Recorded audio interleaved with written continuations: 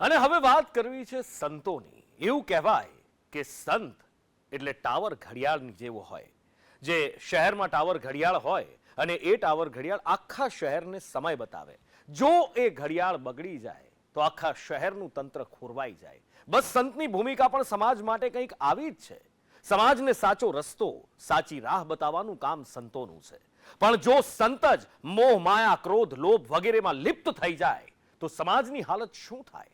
આ સવાલ એટલા માટે ઉઠી રહ્યા છે કે જૂનાગઢમાં અંબાજી મંદિર અને ભાવનાથ મંદિરની ગાદીની લાલચમાં સંતો એકબીજા પર એવો કીચડ ઉછાળી રહ્યા છે કે સવાલ ઉઠી રહ્યો છે, આમને સંત કહેવા કે શું કહેવું? મહેશગીરી અને હરિગીરીને હવે આખું ગુજરાત ઓળખવા લાગ્યું છે। આ ઓળખ તેમના કર્તૃત્વ કરતા વધારે તેમના વિવાદે ઊભી કરેલી છે। ગિરનાર પરના અંબાજી મંદિરના ગાદીપતિ દેવલોક પામ્યા અને ત્યારબાદ તેમની ગાદીને લઈને મહેશગીરી અને હરિગીરી સામસામે આવી ગયા। હવે આ વિવાદમાં નવો ફણગો ફૂટ્યો મહાકુંભથી। જી હા, થોડા દિવસો પહેલા હરિગીરીના સમર્થકોએ જાહેરાત કરી હતી કે મહાકુંભમાં એકઠા થયેલા અખાડાઓએ મહેશગીરીને તેમના અખાડાઓમાંથી હાંકી કાઢ્યા છે। મહેશગીરીને જૂના અખાડામાંથી હાંકી કાઢવામાં આવ્યા છે। આ કુંભમાંથી અકાલપટ્ટી કરી ને એની એરોજી તમને બીજું પણ કહી દઉં કે હરેક અખાડામાંથી એની અકાલપટ્ટી થઈ છે, ખાલી મહાકુંભમાંથી અકાલપટ્ટી નથી થઈ। કાયદેસર એને જે આનું એક રજીસ્ટ્રેશન હોય, તમે જ્યારે સાધુ બનો ને ત્યારે તમારે ન્યા જે અખાડાના હોય ને એમાં રજીસ્ટ્રેશન કરાવવું પડે, એમાંથી જ એને કાઢી નાખ્યો છે। આને બધા અખાડામાંથી કાઢી નાખ્યો છે। અને હું ખરેખર કહું તમને, જો 2-4 દિવસમાં એનો ઠરાવ આવે, જેમ આપણે કેમ જનરલ બોર્ડમાં ઠરાવ થાય, ઉપર વિધાનસભામાં ઠરાવ થાય, પાર્લામેન્ટરી બોર્ડમાં ઠરાવ થતા હોય, આની પાર્લામેન્ટરી બોર્ડ અલગ હોય છે હરેક અખાડાની, એમાં નો કોડ પડે નો સરકાર પડે। એ અખાડાનું તારું 2-3 દીમાં આવવાનું છે, બધા સંતોની સાઈન થઈને તને ટોટલ તને બધામાંથી કાઢી નાખ્યો છે। જે બાદ મહેશગીરીએ હરિગીરીના ચેલાઓના કેટલાક વિડીયો જાહેર કરી અરેરાટી ફેલાવી દીધી હતી, જેમાં કેટલાક સાધુ ચિકારના દારૂના નશામાં ડોલતા, તો કેટલાક સાધુ અશ્લીલ ડાન્સ માણતા, તો કેટલાક જન્મ દિવસે કેક કાપી દાઢી પર કેકનો લેપ લગાવતા નજરે પડ્યા હતા। જો કે હવે મહેશગીરીએ મહાકુંભમાં આસ્થાની ડૂબકી લગાવી કુંભમાં મારા બહિષ્કાર કર્યાની ખોટી વાતો ફેલાવવાનો આરોપ મૂક્યો છે। મહેશગીરીએ એક વિડીયો જાહેર કર્યો છે।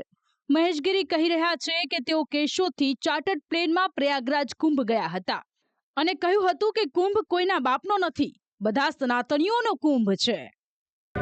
मैं आप सबको बता दूं कि आज प्रॉपर संगम में, यहाँ से गंगा जी है, यहाँ से यमुना जी है और सरस्वती माता इसका संगम है।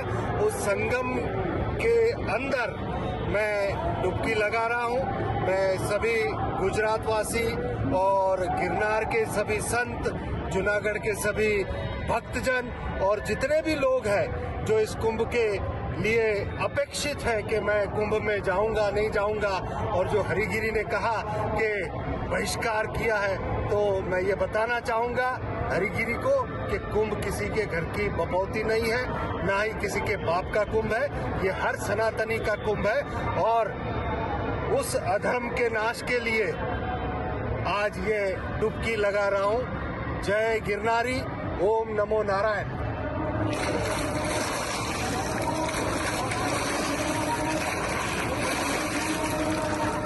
બોલો ગંગા મૈયા કી જય।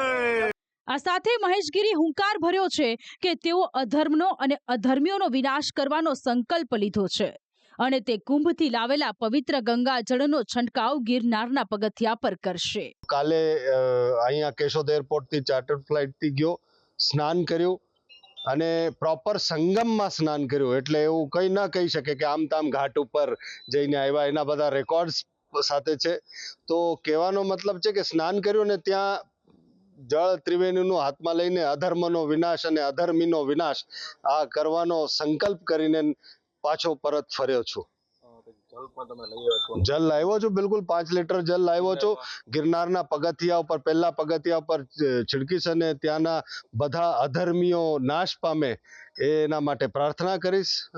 મહત્વનું છે કે મહેશગીરી ફરી એકવાર ફ્રન્ટ ફૂટ પર આવી ગયા છે। બીજી બાજુ હરિગીરી હજુ મહાકુંભમાં હોવાનું કહેવાય રહ્યું છે, જેના કારણે હાલ તેમનો સંપર્ક થઈ શક્યો નથી, પરંતુ તેઓ કુંભથી પરત ફર્યા બાદ આ વિવાદમાં ફરી સામસામે વાકયુદ્ધ શરૂ થશે। અંબાજી મંદિરના ગાદીને લઈને શરૂ થયેલા વિવાદમાં હવે તમામ માન મર્યાદા ભૂલાતી દેખાઈ રહી છે, જેમાં હવે ધર્મના સહારે એકબીજા પર વાર પલટવાર થઈ રહ્યા છે. હરિગીરી કુંભથી પાછા આવશે તો તે પણ કંઈ શાંત બેસશે નહીં.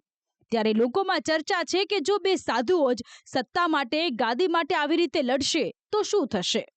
પૈસા માટે અને સત્તા માટે લડતા તો બે સગાઓને લોકોએ જોયા, પરંતુ હવે આજ જોવાનું બાકી હતું કે જ્યાં સત્તા માટે ધર્મનું આચરણ કરનારા સમાજને દિશા આપનારા સાધુ સંતો પણ સંસારિક માફક પોતાની ફજેતીઓ કરાવશે. બ્યુરો રિપોર્ટ, સંદેશ ન્યૂઝ.